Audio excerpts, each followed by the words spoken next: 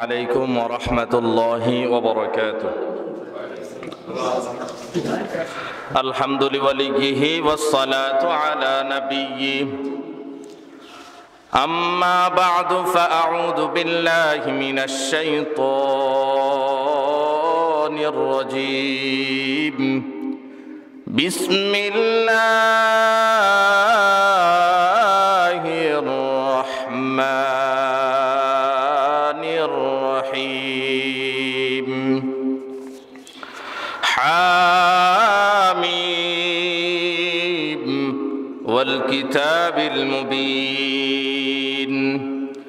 إنا أنزلناه في ليلة مباركة. إنا كنا منذرين. فيها يفرق كل أمر حكيم. صدق الله العظيم. قال النبي صلى الله عليه وآله وسلم: إذا كان ليلة النصف من شعبان فقوموا ليلها وصوموا نهارها، أو كما قال عليه الصلاة والسلام: اللهم صل على روح محمد في الأرواح وعلى جسد محمد في الأجساد وعلى قلب محمد في القلوب وعلى قبر محمد في القبور. محمد نے آ کر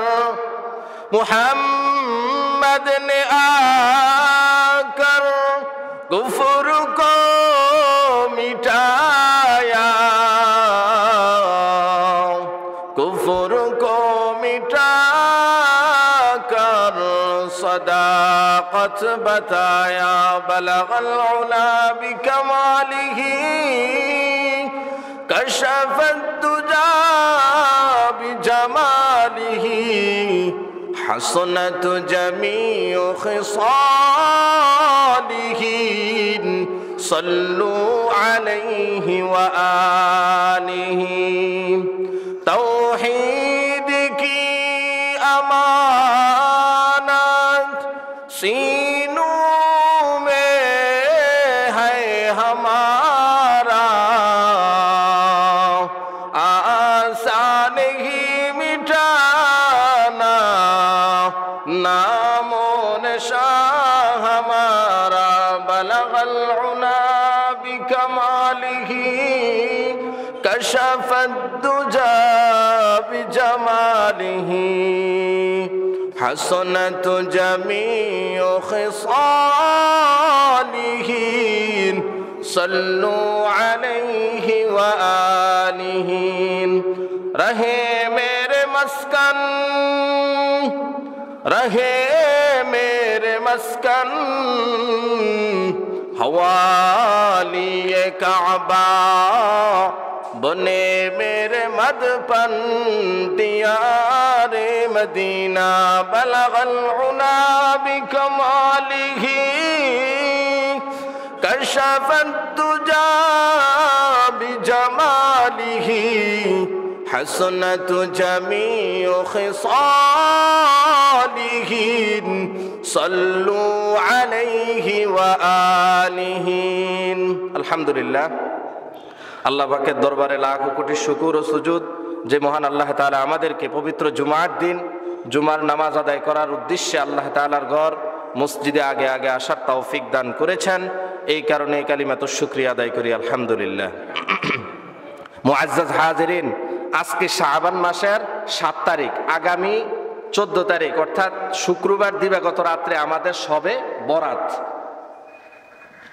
শবে বরাত উপলক্ষে আমাদের কি কি করণীয় ইনশাআল্লাহ আজকে জুমায় আমি আলোচনা করার চেষ্টা করব।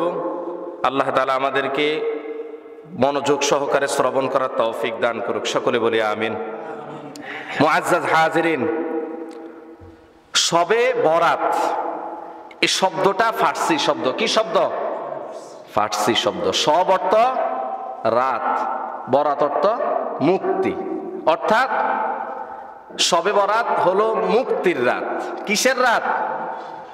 মুক্তির রাত। আল্লাহ তাআলা এই রাতের মধ্যে প্রথম আসমানে আইসা বান্দাদেরকে ডাকতে থাকেন, বিভিন্ন জিনিসকে মুখাতাব করিয়া, সম্বোধন করিয়া। আল্লাহ তাআলা বলতে থাকেন, হে বান্দা, আমি তোমাদেরকে ডাকতেছি এই রজনীতে, তোমাদের কার কি প্রয়োজন আছে আমার কাছে চাও, আমি আল্লাহ তোমাদেরকে দিয়ে দিব। সুবহানাল্লাহ। আল্লাহ তাআলা ডাক দিয়া বলেন, শবে বরাতের রাতের মধ্যে 14 তারিখ দিবাগত রাত আল্লাহ তাআলা প্রথম আসমানে আইসা ডাকতে থাকেন, ও বান্দা, তোমাদের কার কি প্রয়োজন আছে আমার কাছে চাও, আমি আল্লাহ দিয়া দিব। তোমাদের মধ্যে কার গুনাহ আছে আমার কাছে চাইবা, গুনাহ মাফ চাইবা, আমার কাছে চাও, আমি আল্লাহ তোমাদের গুনাহ মাফ করে দিব। সুবহানাল্লাহ। আল্লাহ তাআলা বলেন, ও বান্দা, তোমাদের কার কি রিজিকের প্রয়োজন আছে আমার কাছে চাও, আমি আল্লাহ তোমাদের রিজিক দিয়া দিব। সুবহানাল্লাহ। এমন একটা রাত আমাদের সামনে আসছে। আল্লাহ তাআলা আরো বলেন, ও বান্দা, তোমাদের কার কি রোগ সুখ আছে আমার কাছে চাও, আমি আল্লাহ তোমাদের রোগ সুখ দূর করিয়া দিব। এই কারণে এই রাত হলো মুক্তির রাত। আল্লাহ তাআলা বিভিন্ন জিনিস আমাদের কাছে সম্বোধন করে বলেন, আমরা যদি চাই আমাদেরকে আল্লাহ তাআলা সমস্যার সমাধান করে দিবে। শবে বরাত অর্থ মুক্তির রাত। কেউ কেউ এটাকে বরাত শব্দটাকে ভাগ্য বলে, এটা বাংলা ভাষা নয় ভাই। তাই শবে বরাত শব্দের অর্থ বাংলাতে আসে ভাগ্য রজনী। এটা তো আর বাংলা না, এটা ফার্সি শব্দ, তাই এটার অর্থ ঠিক না। কিন্তু একটা হাদিসের মধ্যে আসছে, মানুষের হায়াত, দৌলত, রিজিক কোন রাতে বন্টন করা হয়। এইটা একটা রিওয়ায়াত আসছে যে এই রাতের মধ্যেও হয়, এই কারণে এটার ভাগ্য রজনী বলা হয়। কিন্তু এই রাত শবে বরাত অর্থ ভাগ্য রজনী নয়, এটা হলো মুক্তির রাত। কিসের রাত ভাই? মানুষের ভাগ্য কোন দিন কোন রাতে বন্টন করা হয় এই সম্পর্কে মিশকাতের মধ্যে আমি পাইছি বুখারীর রিওয়ায়াত। নবী আলাইহিস সালাতু ওয়াস সালামের 2টা হাদিস আসছে কোন দিন কোন রাতে মানুষের ভাগ্য নির্ণয় করা হয়। অর্থাৎ মানুষের হায়াত, দৌলত, রিজিক, ধন সম্পদ যা কিছু আছে তা কোন রাতে বন্টন করা হয়। মায়ার নবী রাহমাতুল লিল আলামিনের 2টা হাদিস আসছে। একটা হলো শবে কদর। শবে কদর চিনেন তো? 27 রাত আমরা যেটারে বলি, যদিও ইখতিলাফ আছে এটা নিয়ে, যেটা আমরা সব প্রসিদ্ধ জানি শবে কদর। এই শবে কদরের রাতের মধ্যে আল্লাহ তাআলা বান্দা বান্দির পুরা বছরের কি করবে না করবে, মানুষের হায়াত, মত, রিজিক, দৌলত সব কিছুর বন্টন করা হয় কোন রাতে ভাই? শবে কদর। শবে কদর মনে নামও শুনেন না তো, কোন না একটু শবে কদর। দ্বিতীয় নাম্বার হাদিসের মধ্যে মায়ার নবী রাহমাতুল লিল আলামিন বলেন 2 নাম্বার রাত হলো শবে বরাত। কি রাত? এদের সামনে, আমাদের সামনে আসছে। আপনি সারা বছর কি করবেন না করবেন, মায়ার নবী রাহমাতুল লিল আলামিন বলেন এই রাতের মধ্যে মানুষের সারা বছর কি করবে সেটার বাজেয়াপ্ত করা হয়। রাইসুল মুফাসসিরিন হযরত আব্দুল্লাহ ইবনে আব্বাস রাদিয়াল্লাহু তাআলা আনহু, নাম শুনছেন? আব্দুল্লাহ ইবনে আব্বাস, যিনি সমস্ত সাহাবায়ে কেরামের মধ্যে ছিলেন সূক্ষ্ম জ্ঞানের অধিকারী, সবচেয়ে বড় মুফাসসির। এই তাফসীর, এই কোরআন শরীফের তাফসীর আছে না, তাফসীর উনি করেছে, সবচেয়ে বড় মুফাসসির ছিলেন। উনি বলেন মানুষের হায়াত, মত, রিজিক কি করতে হবে না করতে হবে, কি লেখা হবে না হবে, এগুলা সব কিছু আল্লাহ তাআলা সব কিছু লিখে রেখেছেন লৌহে মাহফুজে। শুধুমাত্র এই রাতগুলোর মধ্যে বান্দা সারা বছর কি করবে, যে ফেরেশতারা আছে নিযুক্ত, তাদের মাধ্যমে লিখে রাখা হয়। এই হলো শবে বরাত। এখন আমাদের করণীয় হচ্ছে শবে বরাতে আমরা কি করব, কি আমল করব।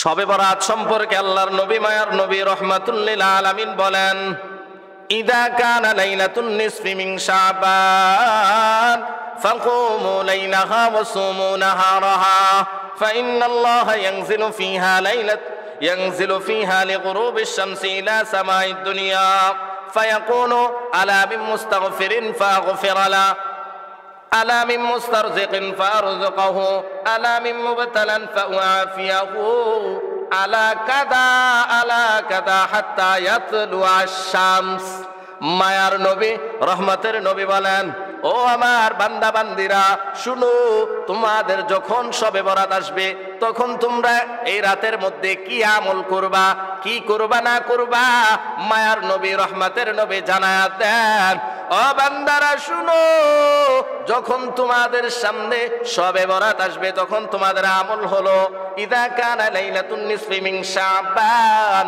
ফাকুমু লাইলাহা, রাত্র জাগরণ করবা, রাত্রে জাগরণ করিয়া নফল ইবাদত করবা রে বাবা।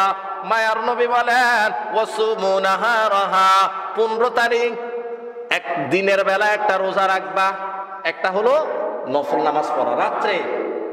বুঝুন না মনে হয় শবে বরাত যেদিন আসবো না, এদের আগামী শুক্রবার দিবাগত রাত্রে শবে বরাত, বুঝছেন নি?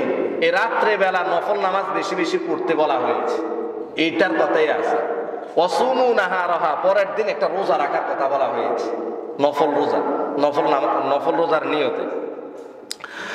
তারপরে মায়ার নবী রাহমাতুল লিল আলামিন বলেন, ফাইন্নাল্লাহা ইয়ানজিলু ফিহা লিগুরুবিশ শামসি ইলা সামাইদ দুনিয়া, এই রাতের মধ্যে আল্লাহ পাক রব্বুল আলামিন প্রথম আসমানে আসেন। প্রথম আসমানে আসার অর্থ কি? আমাদের আকীদা বিশ্বাস হচ্ছে আল্লাহ তাআলা সব জায়গায় আছেন। এখন প্রথম আসমানে আসার অর্থ হলো, উলামায়ে কেরাম যেটা লিখেছেন কিতাবের মধ্যে আসছে, অর্থাৎ বান্দার অতি নিকটে চলে আসেন ওই রাতের মধ্যে। সুবহানাল্লাহ। এমনিতে প্রতিদিন প্রতি রাতে আল্লাহ তাআলা প্রথম আসমানে আয়েশা আমাদেরকে ডাকতে থাকেন, ও বান্দারা তোমাদের কার কি প্রয়োজন আছে আমার কাছে চাও, আমি আল্লাহ তোমাদেরকে দিয়া দিব। আল্লাহ তাআলা ডাক দিয়ে বলতে থাকে, ফাইন্নাল্লাহা ইয়ানজিলু ফিহা লিগুরুবিশ শামসি ইলা সামাইদ দুনিয়া ফায়াকুলু আলা মিন মুস্তাগফিরিন ফাগফির লা, বান্দা শয়তানের দোকায় পড়িয়া গুনাহ করে ফেলেছ, অপরাধ করে ফেলেছ, গুনাহ করে ফেলেছ, জুলুম করে ফেলেছ, অন্যায় করে ফেলেছ, আমার কাছে ফিরে আসো, আমি আল্লাহ তোমাদেরকে মাফ করে দিব। আয়েশা শুনো, তুমি কি ভাবছো, তুমি কি এমন ধারণা করেছো আমি তোমার প্রতি, আল্লাহ এবং তার রাসূল তোমার প্রতি অবিচার করবে? তুমি কি এটা ভাবছো? আয়েশা রাদিয়াল্লাহু তাআলা আনহা এই কথা শুনতে পেয়েছেন। মায়ার নবী রহমতের নবী আস্তে আস্তে বলেছেন, তিনি যখন এটা শুনতে পেয়েছেন, আম্মাজান আয়েশা রাদিয়াল্লাহু তাআলা আনহা শুনিয়া বলতেছেন, ওগো মায়ার নবী, আমি তো মনে করেছি আপনি এটাই করেছেন যে আপনি অন্য সতীনের ঘরে গিয়েছেন। আমাদের মহিলারা যদি হইতো তখন আমাদেরকে অকপটে বলে দিত, আপনার প্রতি কি আমাদের এমন কুধারণা হয় নাকি? আমি আপনার অনেক ভালোবাসি। বাবারে, কত ন্যাকামিদে করতো, অথচ তাদের ভিতরে কোনো কপটতা ছিল না, নির্দ্বিধায় মনের মধ্যে যা আসছে তাই বলে দিয়েছে। এই কারণে মুসলমানের প্রত্যেকটা ক্ষেত্রে পরিষ্কার থাকতে হবে, তার কথাবার্তা, তার আচরণ, তার চলাফেরা সবকিছু পরিষ্কার থাকা চাই। মানুষ, আমাদের মুসলমানদের আজকে কিছু মানুষের, সবাই তো না, কথাবার্তা আচরণ এত অপরিষ্কার, কথা কয় একটা, কাজ করে আরেকটা। আল্লাহ তাআলা আমাদেরকে প্রত্যেকটা কাজ পরিষ্কার সহিভাবে করার তৌফিক দান করুক, সকলে বলে আমিন। তো এই রাতের মধ্যে নবী আলাইহিস সালাতু ওয়াস সালাম জান্নাতুল বাকির মধ্যে গিয়ে কি করছেন? আমাদের জন্য দোয়া করছেন। এই রাতের মধ্যে কত সংখ্যক মানুষদেরকে মুক্তি দেওয়া হয়, মাফ করে দেওয়া হয়। মায়ার নবী রহমতের নবী তিরমিজি শরীফের 739 নম্বর হাদিস।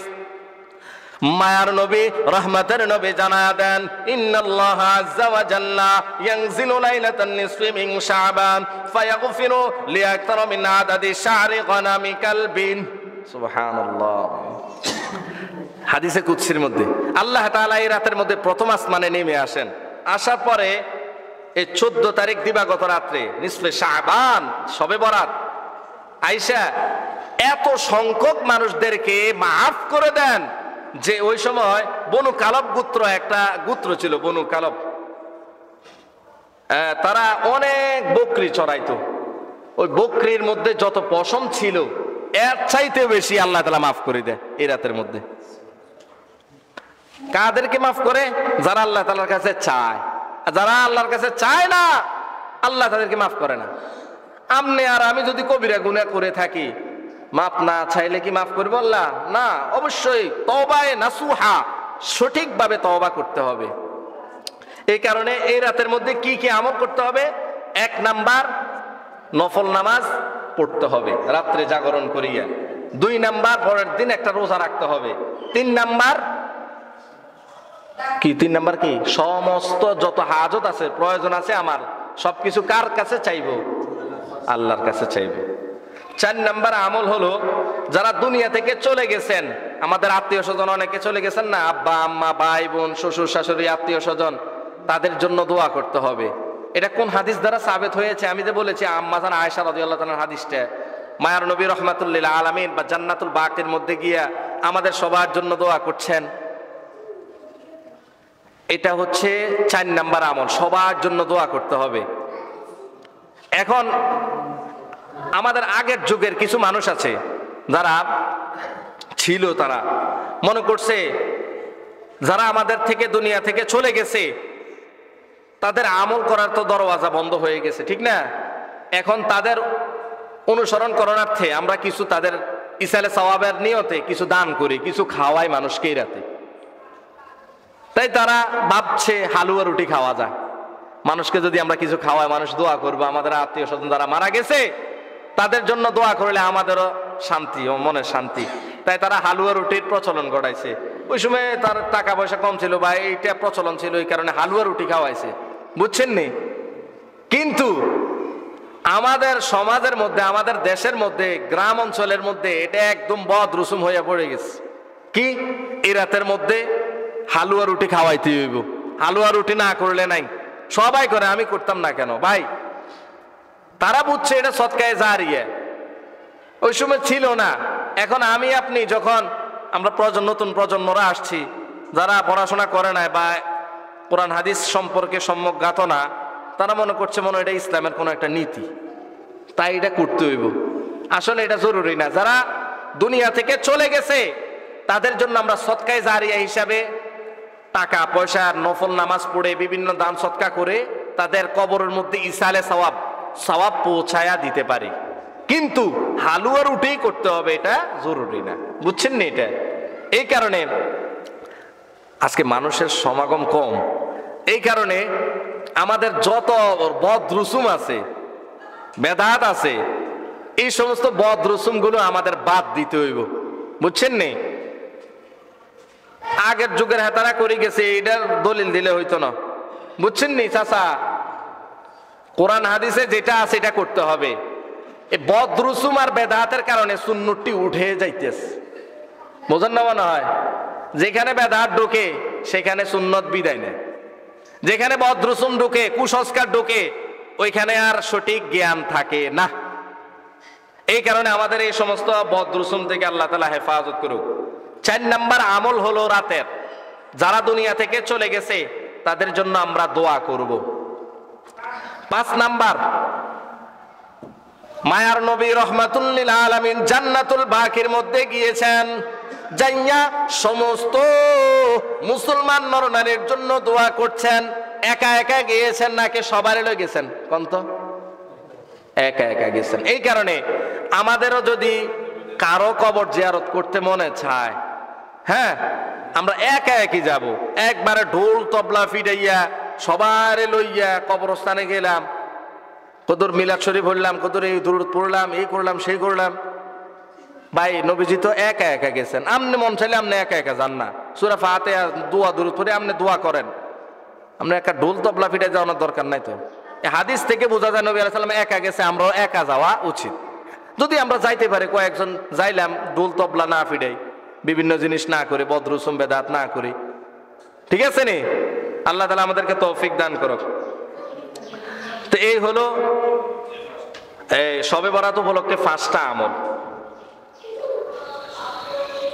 এছাড়া ফিকহের কিতাবের মধ্যে আমি আর পাই নেই, ফিকহের কিতাবে আমার হাদিস শরীফের মধ্যে 5টা আমলের কথাই আসছে। 1 নাম্বার হলো রাত্র জাগরণ করা, বেশি বেশি নফল নামাজ পড়া। 2 নাম্বার হলো পরের দিন একটা রোজা রাখা। 3 নাম্বার হচ্ছে আমাদের যত হাজত যত প্রয়োজন আছে সবকিছু আল্লাহ তাআলার কাছে চাওয়া। 4 নাম্বার হলো সমস্ত মুসলমান নরনারী যারা কবর দেশের বাসিন্দা হয়ে গেছে তাদের জন্য দোয়া করা। 5 নাম্বার হচ্ছে আমাদের যাদের সামর্থ্য হয় আমরা কবরের মধ্যে কবর জিয়ারত করার চেষ্টা করব, একা একা গিয়ে আমাদের যারা চলে গেছে তাদের জন্য দোয়া করা। এখন শবে বরাত উপলক্ষে আমাদের কিছু কুসংস্কার চালু হয়েছে, যেরকম আমাদের ছোট বাচ্চারা, ছোট ছেলেপেলেরা, ইয়াং জেনারেশন, তারা ঈদের সময় জারগামিটা করে। 2 ঈদ আছে আর শবে বরাত বা শবে মেরাজ, এইরকম কয়েকটা অনুষ্ঠানের সময় ইয়াং জেনারেশন বা বাচ্চারা কি করে, আতশবাজি, ফটকাবাজি আরো কত কিছুতে ফুটে। আরে ভাই এই রাতটা তো হচ্ছে মুক্তির রাত। কি রাত? মুক্তির রাত। আপনারা তো আল্লাহ তাআলা ফটকাবাজি আর আতশবাজি এটি ফুটানোর জন্য দেয় নাই। তাই এই কারণে আমাদের যাদের ছেলে সন্তানরা এরকম করবে, আমি আপনি যদি তাদেরকে বাধা না দেই তাহলে এটা সাব্যস্ত হয় কি জানেননি, আমনের টেয়া দিয়ে আতশবাজি কিনতে আছে, আমনের টেয়া দিয়ে ফটকাবাজি কিনতে আছে, আর হাতে এটি বাজাইতে আছে, সমাজ দূষিত করতেছে, মানুষকে কষ্ট দিচ্ছে।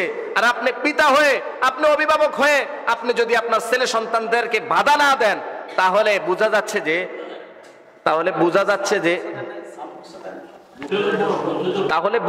যে আপনি আপনার ছেলে সন্তানদেরকে দিয়ে এগুলা করতেছে, সমর্থন করছেন। আর এই কারণে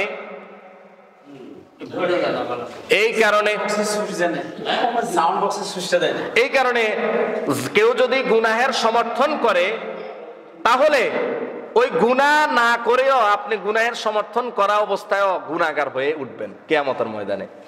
এই কারণে আমাদের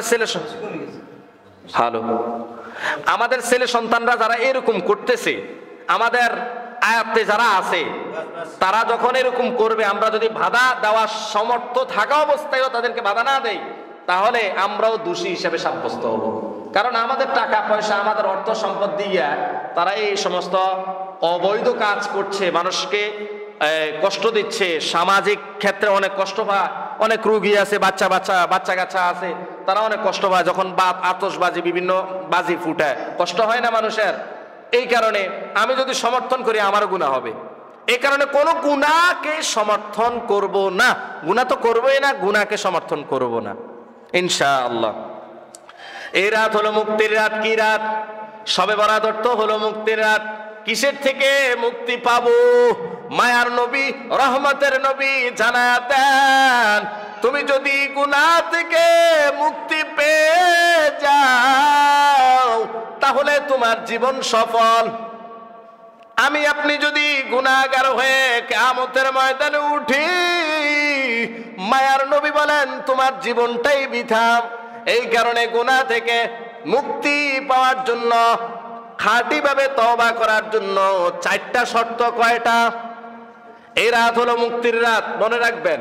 কিসের থেকে মুক্তি? আমি আমার জীবনে যত অন্যায় করেছি, অপরাধ করেছি, জুলুম করেছি, নির্যাতন করেছি, মানুষের আইল ঠেলেছি, মানুষকে চড় থাপ্পড় দিয়েছি, গালিগালাজ করে দিয়েছি, মানুষের উপর অন্যায় অপরাধ করে ফেলেছি, ইমাম সাহেবের সমালোচনা করেছি, ইমাম সাহেবকে গালি দিয়েছি, খতিব সাহেবের সমালোচনা করেছি, খতিব সাহেবকে গালি দিয়েছে।